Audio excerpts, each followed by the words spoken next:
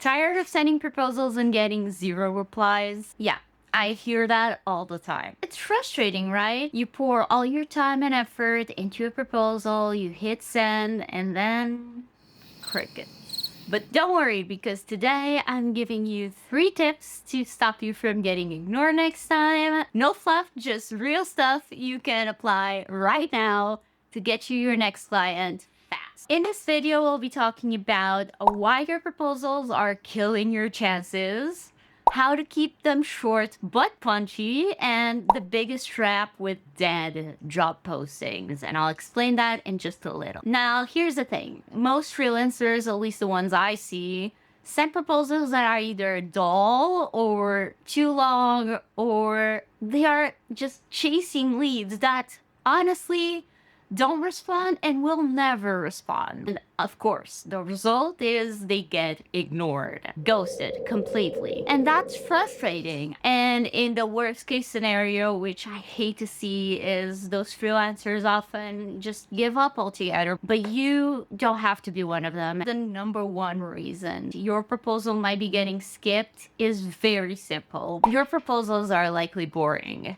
Think about it from a client's perspective. And I actually, the other day, I saw someone say this on Reddit, that as soon as they put themselves in the client's shoes, they started getting clients. So this is not just me saying it. I'll put it on the screen. You can see this is getting results for other people as well. So if you put yourself in the client's shoes, they probably posted a job on multiple platforms, and they are getting dozens, if not hundreds, of people reaching out to them. And honestly, that leads to the client just skimming your proposal or your message and not fully reading it. Not if you don't give them a reason to.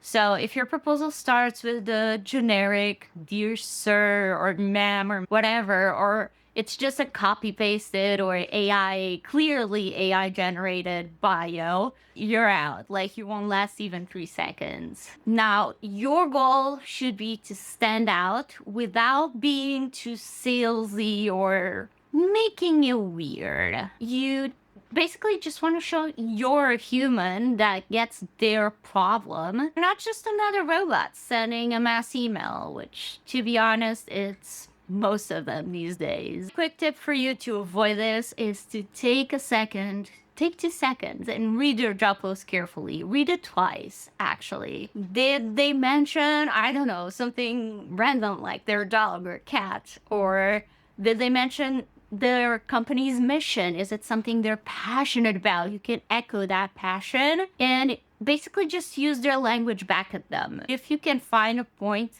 where you can relate to them, that's how you would make friends in real life. You would connect over something you have in common, right?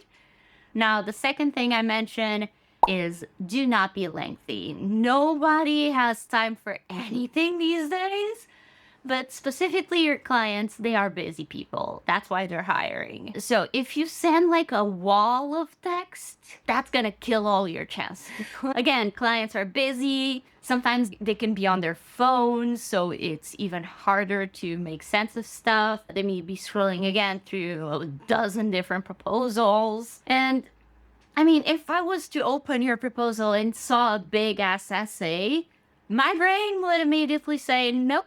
That's too much effort. I'm not gonna do that today. A winning proposal should be short, to the point, and more importantly, even easy to skim. Like, think about breaking stuff up into paragraphs, maybe even smaller than you normally would. Use bullet points and only include the information that is relevant to that job. If you have a degree that's super fascinating but has nothing to do with what you're applying for, maybe say that as a fun fact in the interview or something like that, but don't include that in your proposal. They do not give a shit, to be honest. It's like social media. You gotta stop the scroll and then you have to give them reason to keep on reading. The main questions you wanna address for them is, can you do the job?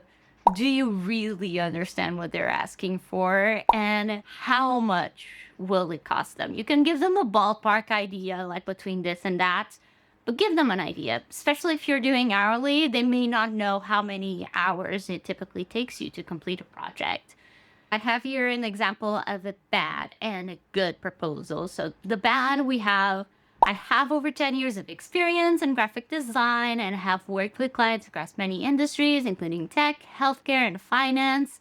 I'm a detail-oriented professional with experience in Adobe Creative Suite, and I've successfully managed projects from concept to completion. Based on that, I don't know what the job was about. And that's another thing. If you can read the proposal and understand what the job was about, that's probably a good sign. So for the good one, we have, I can build the brand guide you need to launch your product. My process includes mood board creation, logo variations, and I've done similar work for, mention a specific industry or a past client that you've worked with that is, once again, relevant to their needs. You see the difference? Based on the steps that I mentioned, maybe you can tell it's a branding type of person. Whereas the other one, I mean, they mentioned Adobe Creative Suite, but that can be a lot. That can be Photoshop, that can be After Effects, you know? So yeah, don't be boring and don't be lengthy. And then number 3, we talked about is do not apply to dead jobs. This is a huge time waster and it's very frustrating. Usually it's like either the job was filled weeks ago or they never got back to actually seeing it, or maybe they're just honestly window shopping and trying to see what would this cost me when I want to hire. Now, there are some red flags that can inform you. One of them is check, obviously, the posting dates. If it's more than a few days, but really more than 24 hours, I would say check how many people applied already. And if they are interviewing someone, especially on Upwork, you can see this. If they already have some that they are interviewing, they are very unlikely to go back in a process and look at the ones that applied after they interviewed someone. So don't bother. Another thing that I think is maybe even more important than the posting date is checking their activity. So checking when they last saw the job post. I typically say if they posted it a week ago and saw it 1 hour ago, it's better than if they posted 2 days ago and checked 2 days ago. You know what I mean? And of course, last but not least, it goes without saying, but check the reviews.